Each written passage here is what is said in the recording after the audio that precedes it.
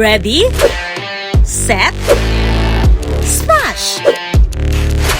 Opisyal nang binuksan ng SM City Talabastagan ang bago nitong pickleball court na agad na naging paboritong tambayan ng mga pamilya, barkada at fitness enthusiast na gustong subukan ng isa sa pinakasikat na sports trend ngayon. Game na nakipaglaro ng pickleball si Mayor Vilma Caluwag kasama ang mga opisyal ng SM Supermalls at Palo, ang brand na nagdala ng world-class pickleball equipment sa lungsod.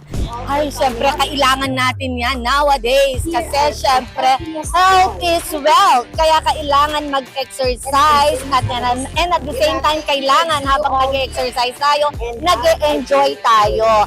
At ang pickleball, enjoyable siya. Na-enjoy mo yung bawat palo mo, di ba? Syempre, 100% yung support natin. At nagpapasalamat ako na isip ng SM ito at ng Palo, no? Yung Palo na nag-ooperate dito sa pickleball.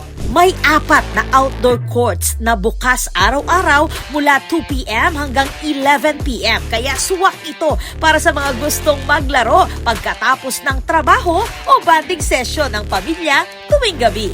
Actually, it's the 5th na pickleball court in SM, but the first outdoor pickleball court and the first one in Pampanga na outdoor, no? So you can come and visit. Meron tayong 4 na courts and play dito sa SM City Talabastagan. Ang pickleball na combination ng tennis, badminton at ping-pong ay mabilis na sumikat dito sa Pilipinas dahil sa pagiging madali nitong matutunan at sobrang sayang laruin, mapa beginner man o pro.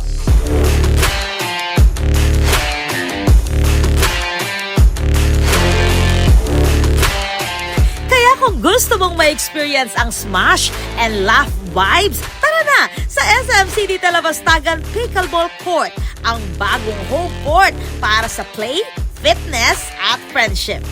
This is Patricia Mamangon on the spot.